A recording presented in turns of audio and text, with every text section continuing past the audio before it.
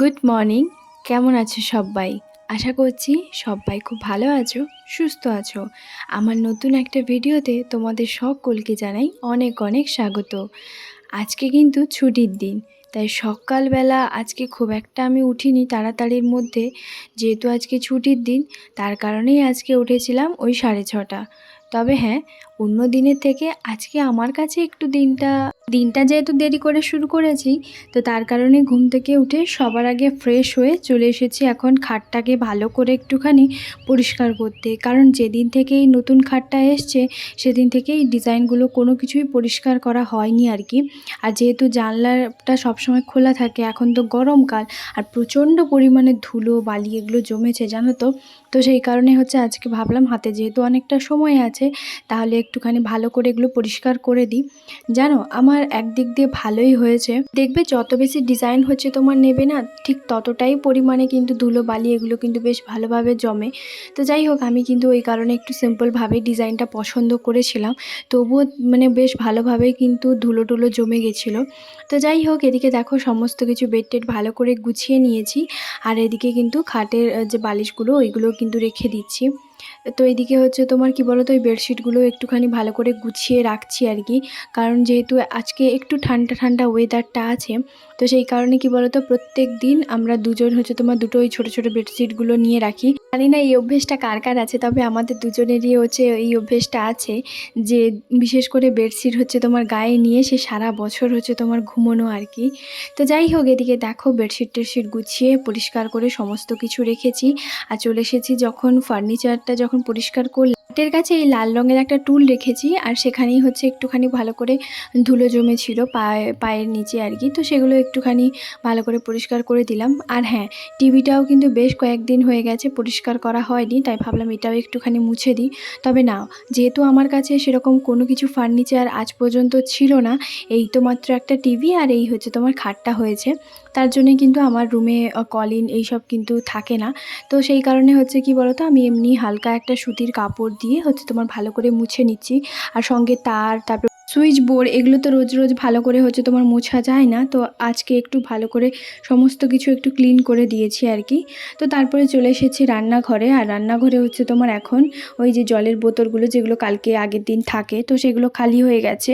তো তার জন্যই এখন ভালো করে একটুখানি ধুয়ে এমনি জল ধোয়া করে তারপরে তোমার বোতলগুলো ভর্তি করে এখানে রেখে দেবো।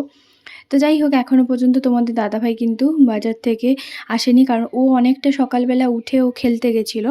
আর তার সঙ্গে তোমার বাজার টাজার করে নিয়ে আসবে, যেহেতু আজকে ছুটির দিন। কি নিয়ে আসে দেখা যাক, তোমাদের সঙ্গে অবশ্যই শেয়ার করব।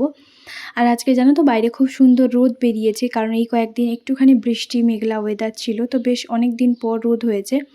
তো দেখা যাক, এখন আমি এক এক করে সুন্দর করে সব কিছু কাজ গুছিয়ে রাখছি।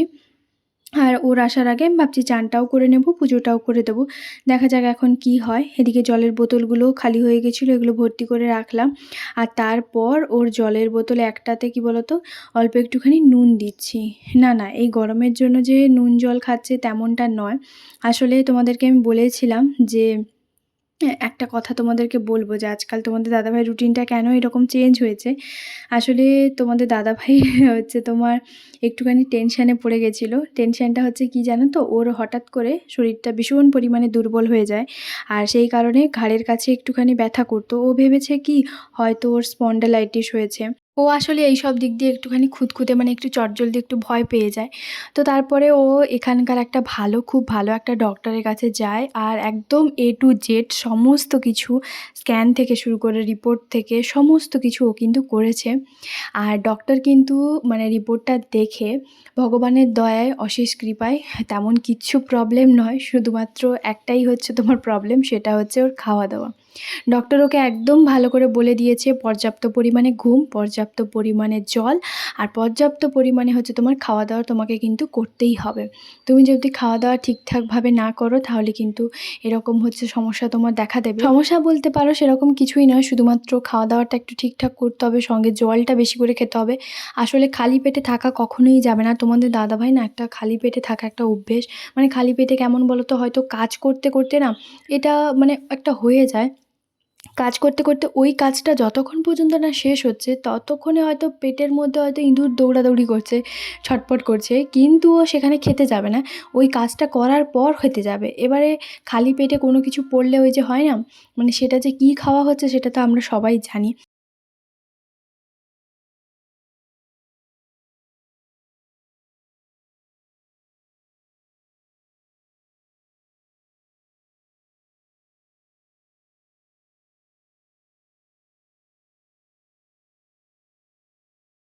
তবে ওকে আমি সবসময়ের জন্য বলতাম, "তুমি কখনোই খালি পেটে থাকবে না। তোমার খিদে পেলে তুমি খেয়ে নেবে।" তবে ওই যে কাজের মধ্যে এতটাই পরিমাণে থাকে, ও কাজটাকেই যেন বেশি মানে বেশি পছন্দ করে, বেশি ভালোবাসে নিজের থেকেও। তো আমি বলি কি যে কাজটাকেও যেমন ভালোবাসবে, তবে নিজের শরীরটাকেও তো তেমনি ভালোবাসতে হবে। তো সেই কারণে কি বলো তো, ওকে একটুখানি আমিও বকাবকি করেছিলাম। আর তারপর ও হচ্ছে তোমার কি বলো তো, এখন সমস্ত কিছু কথাবার্তা আমার শুনছে। আর তোমাদের দাদাভাইয়ের একটা অভ্যেস কি ভীষণ আমার খারাপ লাগে, সেটা হচ্ছে আমার খুব একটা এই খাওয়া-দাওয়ার বিষয়ে খুব একটা কথা শোনে না। যেমন কাবুলি চানার তরকারির কথা বলি। আলুটা হচ্ছে তোমার খেয়ে নেবে, কাবুলি চানা হয়তো ২ টা কি ৪ টা খেতে হবে। এবার চানাতে কতটা পরিমাণে প্রোটিন থাকে সেটা তো নিশ্চয়ই সবাই জানো। তারপরে হচ্ছে তোমার বলি, সেটা হচ্ছে ডাল হচ্ছে আগে তোমার খেত না আরকি। তো ডালটা খাওয়ানো আমি ওকে মানে প্র্যাকটিস করিয়েছি। ডাল হলে ও নাক সিটকোতো।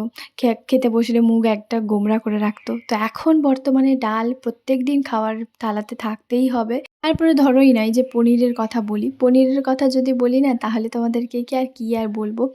কারণ হচ্ছে কি বলো তো, আ ওই তোমাদেরকে তো সবসময় আমি বলি যে ২৫০-৩০০ গ্রাম পনির আমাদের দুজনের হচ্ছে তোমার আসে। সেই পনিরটা বেশিরভাগটাই হচ্ছে আমি খাই। ও মাত্র ২ থেকে ৪ পিস মতন খায়। এবার বলো তো তোমরা, ২৫০-৩০০ গ্রাম পনিরে যদি ২-৪ পিস খায়, সেখানে কি পরিমাণ যায় ওর শরীরে, তার মানে ভাবো। মানে পনির, দুধ, ছানা, মাখন এগুলোও খুব একটা ও খেতে পছন্দ করে না। তবে হ্যাঁ, এই যে ডক্টর বলে দিয়েছে, ও একদম রামবানের মতন সমস্ত কিছু হচ্ছে তোমার মানে খাবে, সব কিছু করবে। এটাই আমার সবচেয়ে বেশি রাগ। কারণ হচ্ছে যে আমার কথা যদি এই কয়েক মাস আগে বা আমার কথা যদি ১ম থেকে শুনতে পারতে, তাহলে কিন্তু আজকে ডক্টরের কাছে হচ্ছে তোমার যেতে হতো না।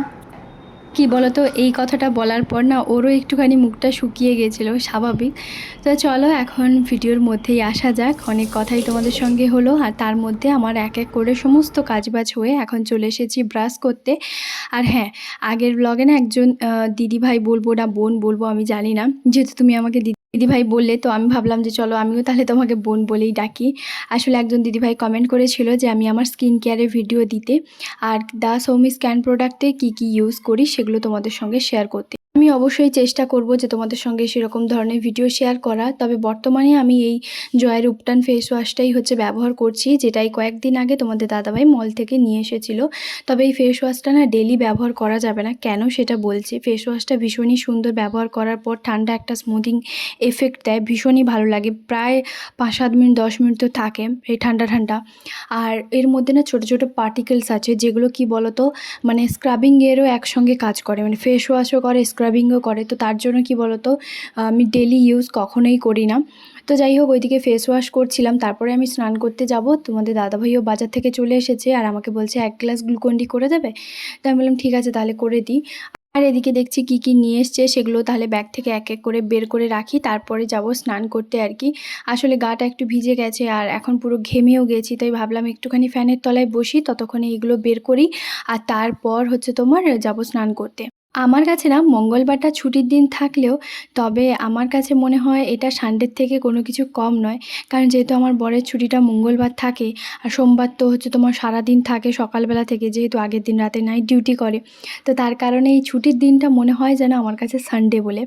তো যাই হোক, এদিকে দেখো ১ কেজি মতন হচ্ছে তোমার ওই সয়াবিনের হচ্ছে তোমার নিয়ে এসছে, আর সঙ্গে কি বলো তো, চাল, পনির এইসব হচ্ছে তোমার নিয়ে এসছে।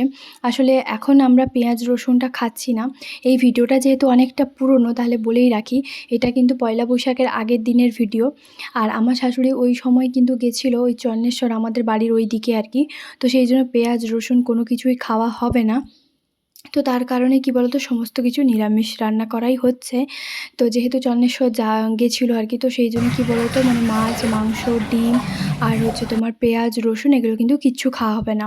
তো মানে ওই মন্দিরে গেলে তো আমাদেরও এই সব নিয়মটা করতে হয়। তো সেই জন্য কি বলো তো, বাড়ি থেকে যেহেতু শাশুড়ি গেছিলো, তাই ভাবলাম যে আমরাও এখানে হচ্ছে তোমার করতে তো হয় আর কি। তো সেই জন্য পনিরটাকে ভালো করে, গোটা পনিরটাকে কি বলো তো, ভালো করে আমি ভেজে নিয়েছিলাম, যেমন একবার করেছিলাম না তেমন। তবে আজকে পেঁয়াজ রসুন ছাড়া আমি আজ পর্যন্ত কখনোই কোনোদিনও পনির রান্নাটা করিনি। তো দেখা যাক আজকে কিভাবে করি, সবটাই তোমাদের সঙ্গে শেয়ার করব। তো যেহেতু আজকে পনিরটা রান্না করছি, তো অনেক দিন হয়ে গেছে ফ্রাইড রাইস, পোলাও এগুলো কিছুই বানানো হয়নি আর কি। তাই ভাবলাম আজকে একটুখানি পোলাও বানাই। তো এই যে দেখো, ক্যাপসিকাম, গাজর, বিট, এগুলো যা যা ছিল সমস্তটাই হচ্ছে তোমার ভেজে নিচ্ছি। ভেজে তুলেও একটুখানি রাখবো।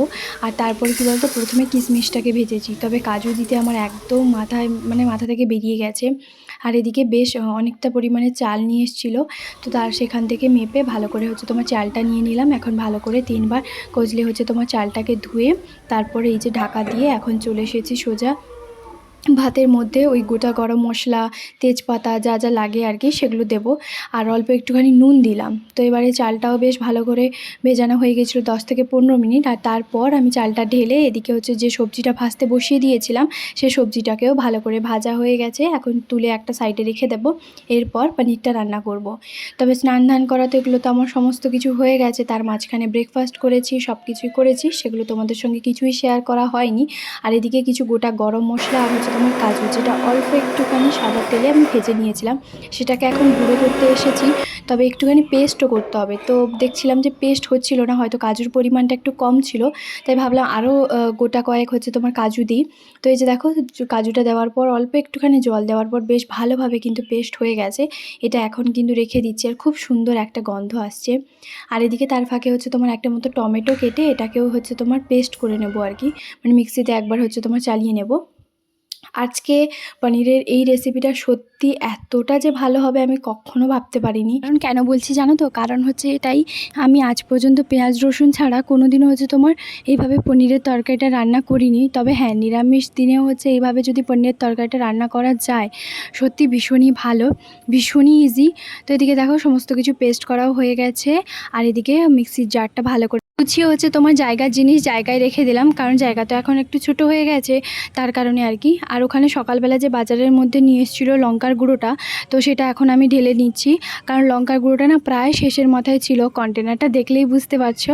তো যাই হোক, এদিকে দেখো সমস্ত কিছু রেডি করা হয়ে গেছে, ওইদিকে কিন্তু ভাতটাও ফুটছে, আর ততক্ষণে আমি রান্নাটা করে নেব। আর রান্নাটা পুরোটা আমি সাদা তেলেই করছি। আর এদিকে অল্প একটুখানি মৌরি দিয়েছি, আর সঙ্গে অল্প একটুখানি মেথি দিয়েছি, মানে 1-2-4টা মতন এরকম। আর সঙ্গে আদা হচ্ছে তোমার কুচি করে দিয়েছি, সঙ্গে অল্প একটুখানি হলুদ গুঁড়ো, লঙ্কার গুঁড়ো, আর হচ্ছে তোমার ধনিয়া পাউডার। তো তোমাদের কাছে ধনিয়া পাউডার না থাকলে নাও দিতে পারো, জিরে থাকলে জিরেও দিতে পারো, বা ধনিয়া জিরে দুটোই দিতে পারো। আর যে মশলাটা করে রেখেছিলাম সেই মশলাটা দিয়ে দিয়েছি। মশলাটা দেওয়ার পর তারপরে কিন্তু মশলাটা একটুখানি ভালোভাবে তেল ছেড়ে যেতে আমি কিন্তু তার মধ্যে দিয়ে দিয়েছিলাম অল্প একটুখানি টক দই। হ্যাঁ, টক দইটা ফেটিয়ে যেই দিলাম অমনি কিন্তু আমি এক সাইডে কড়াইটা সরিয়ে দিলাম, কারণ যেহেতু টক দই দিয়ে দিলে না, টক দইটা সবসময়ের জন্য চেষ্টা করবে, মানে যারা নতুন তাদের জন্য বলছি আর কি, তো তারা কিন্তু চেষ্টা করবে যে মানে ঠান্ডা মশলাটা যখন থাকবে তখনই হচ্ছে তোমার দেবে। তো যাই হোক, এদিকে দেখো মশলা থেকে তেল ছেড়ে গেছে, আর খুব সুন্দরভাবে আমি কিন্তু পনিরগুলো কেটে নিয়েছিলাম পিস পিস করে, চৌকোভাবে, তোমাদের ইচ্ছে মতন তোমরা যেভাবেই করতে পারো।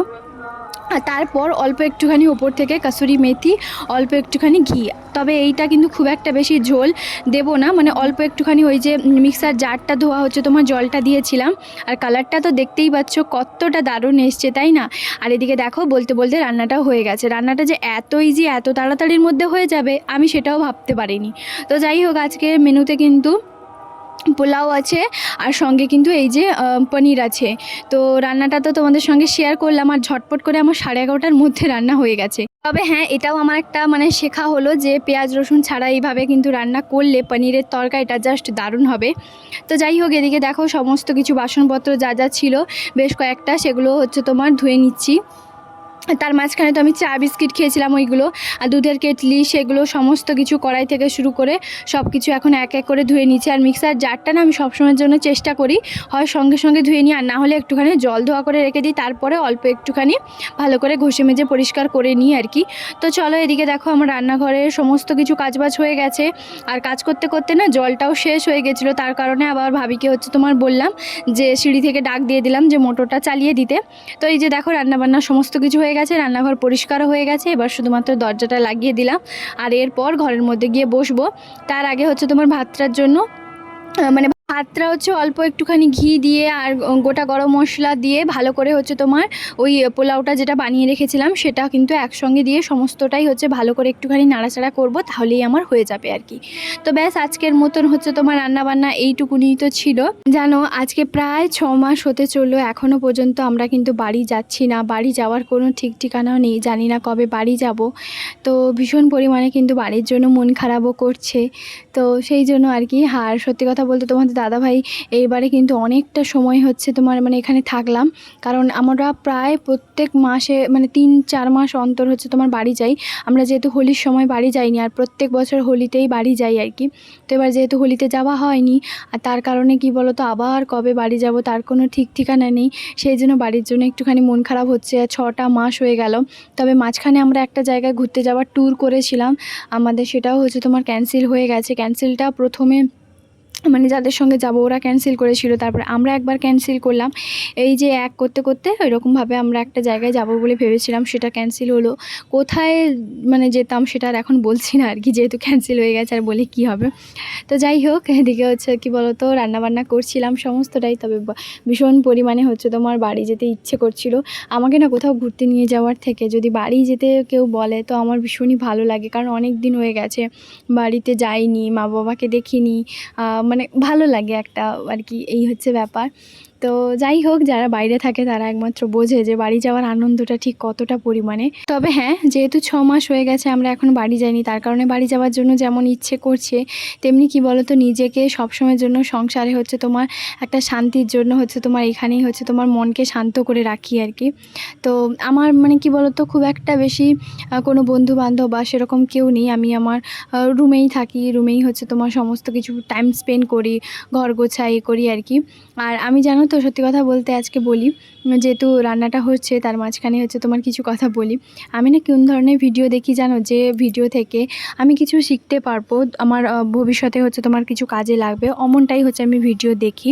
বিশেষ করে হিন্দি চ্যানেলে যে ডেলি লাইফস্টাইলের যে ভিডিওগুলো আমার ভীষণ ভালো লাগে, কাজের মাধ্যমে যেগুলো ভিডিও করে আর কি। তো যাই হোক, এদিকে হচ্ছে রান্নাবান্না আমার পুরো কমপ্লিট, আর পোলাওটা আমি কিন্তু এই কড়াইয়ের মধ্যে ঢাকা দিয়ে রাখলাম। আর এরপর রান্নার শেষে তোমরা তো জানো আমি প্রত্যেক দিন 1 গ্লাস করে হচ্ছে তোমার গ্লুকন-ডি খাই। তবে আজকে যেহেতু তোমাদের দাদাভাই আছে রুমে, তো ওকে হচ্ছে তোমার আরও 1 গ্লাস করে দিচ্ছি, কারণ সকালবেলাও 1 গ্লাস খেয়েছে। আর আমি হচ্ছে তোমার এই যে দেখো আবার হচ্ছে তোমার 1 গ্লাস করছি। তো দুজনের জন্য 2টো গ্লাস নিয়ে এখন ঘরের মধ্যে বসবো, কারণ আমার রান্নাবান্না হয়ে গেছে, বাসনপত্র ধোয়া হয়ে গেছে, রান্নাঘর পরিষ্কার থেকে শুরু করে সমস্তটাই কমপ্লিট। আর এখন ঘরের মধ্যে বসে আরামসে হচ্ছে তোমার এই যে দুজন হচ্ছে তোমার 2টো গ্লাস হচ্ছে গ্লুকন-ডি খাবো। আর রান্নার পরে না গ্লুকন-ডি খেলে সত্যি ভীষণই ভালো লাগে, এটা একটা আমার অভ্যেস হয়ে গেছে। মানে এরকমভাবেই করি আর কি, কারণ সকালবেলা থেকে সেই তো রান্নার কাজে ব্যস্ত আছি, ঘরের সংসারে কাজে ব্যস্ত আছি। তবে হ্যাঁ, নিজেকেও সময় দেওয়া উচিত। আর এই যে দেখো ওখানে কেমনভাবে শুয়ে আছে, ওকে হচ্ছে তোমার বললাম, আর তারপরে বললো আমি তো খেয়েছিলাম সকালবেলা। আমি বলে ঠিক আছে এখন আরও 1 গ্লাস খেয়ে নাও, কারণ গরমটা তো ভীষণ পরিমাণে পড়েছে আর কি। তো মানে কখন গরম হচ্ছে কখন যে ঠান্ডা ওয়েদার হয়ে যাচ্ছে মানে বোঝাই যাচ্ছে না। এতেই বিশেষ করে কি বলো তো শরীর খারাপটা বেশি হচ্ছে। তো যাই হোক, এদিকে হচ্ছে তোমার দুজন মিলে হাসাহাসি করছিলাম, গল্প করছিলাম, কথা বলছিলাম, আর এদিকে হচ্ছে তোমার গ্লুকন-ডি খাচ্ছিলাম। খাওয়া দাওয়া করে আমি আবার হচ্ছে তোমার চলে এসেছি রান্নাঘরে এসে 2টো গ্লাস ভালো করে ধুয়ে নিচ্ছি। সঙ্গেকার জিনিস সঙ্গে সঙ্গে হচ্ছে তোমার করে গুছিয়ে রেখে দিলেই হচ্ছে একটা শান্তি। আর যতবার হচ্ছে তোমার রান্নাঘরে আসি এই জল একটুখানি ছড়িয়ে গেলে না আমি ভালো করে আবার ওয়াইপারটা দিয়ে ভালো করে পরিষ্কার করে দিই। আর তারপর আমি সোজা চলে এসেছিলাম জামা কাপড়গুলো উঠাতে, কারণ না প্রচণ্ড পরিমাণে বাতাস হচ্ছে দেখছি, তো হাওয়া হচ্ছে। আমি ভাবলাম যে চলো তাহলে জামা কাপড়গুলো তুলে ভালো করে ভাঁজ করে ঘরের মধ্যে নিয়ে যাই। এখন তো গরমকাল, আর গরমকালে রান্নাবান্না করার পর হচ্ছে জামা কাপড়গুলো না আমি ভালো করে ভাঁজ করে হচ্ছে তোমার ঘরের মধ্যে নিয়ে যাই। আর দেখবে মানে সকালবেলা যদি ভোর ভোর জামা কাপড়গুলো কাচা হয় না, দেখবে 8:30 বা 10টার দিকে হচ্ছে তোমার কি বলো তো জামা কাপড়গুলো বেশ ভালোভাবে শুকিয়ে যায়। তো এদিকে দেখো সমস্ত কিছু দরজা জানলাগুলো লাগিয়ে দিলাম, কারণ প্রচণ্ড পরিমাণে রোদ আসছে। আর এখন হচ্ছে তোমার জায়গার জিনিস ভালো করে হচ্ছে তোমার ভালো করে গুছিয়ে রাখছি। এখন কিছু নয়, দুজন বসে একটুখানি টিভি দেখছিলাম। বেশ অনেকটা সময়, এখন বাজে 1:10। আর এই যে দেখো, ওকে বললাম যে তুমি শশাটা কাটো, কারণ আমি না বেশ কয়েকদিন ধরে শশা কাটছি, কেন জানি না শশাটা বারবার হচ্ছে তোমার তেতো হয়ে আছে। তো ও হচ্ছে আমাকে বললো যে আমাকেই দাও, আমি হচ্ছে তোমার শশাটা কাটি। কারণ ও দেখছি যে ও যখন শশা কাটছে তখন তেতো হচ্ছে না, আর আমি শশা কাটলেই তেতো হয়ে যাচ্ছে, কেন জানি না আমার শশার হাতটা হচ্ছে তোমার তেতো আর কি। তো সেইগুলো হচ্ছে তোমার বলছিলাম। আর তারপর ও হচ্ছে তোমার শশা, গাজর মানে একটুখানি স্যালাড করবে, তো তার কারণে হচ্ছে তোমার এগুলো করছিল। এইভাবে না ও যখনই হচ্ছে তোমার মানে অফিস যেদিন ছুটি থাকে আমাকে অনেকটা পরিমাণে হেল্প করে, ভীষণই ভালো লাগে। কারণ সত্যি কথা বলতে ও পোলাও এটা সেটা খুব একটা বানাতে পারে না, মানে মোটামুটি। আর আমি ওকে খুব একটা করতেও দিই না, কারণ হচ্ছে যেহেতু ছুটির দিন, তো ওই জন্য বলি তুমি একটুখানি রেস্ট নাও। তো এই যে দেখো, আজকে দুপুরের মেনুতে কিন্তু পোলাও আছে, পনির আছে, আর হচ্ছে তোমার এই যে স্যালাড। তো চলো আজকের মতন টাটা সব্বাইকে।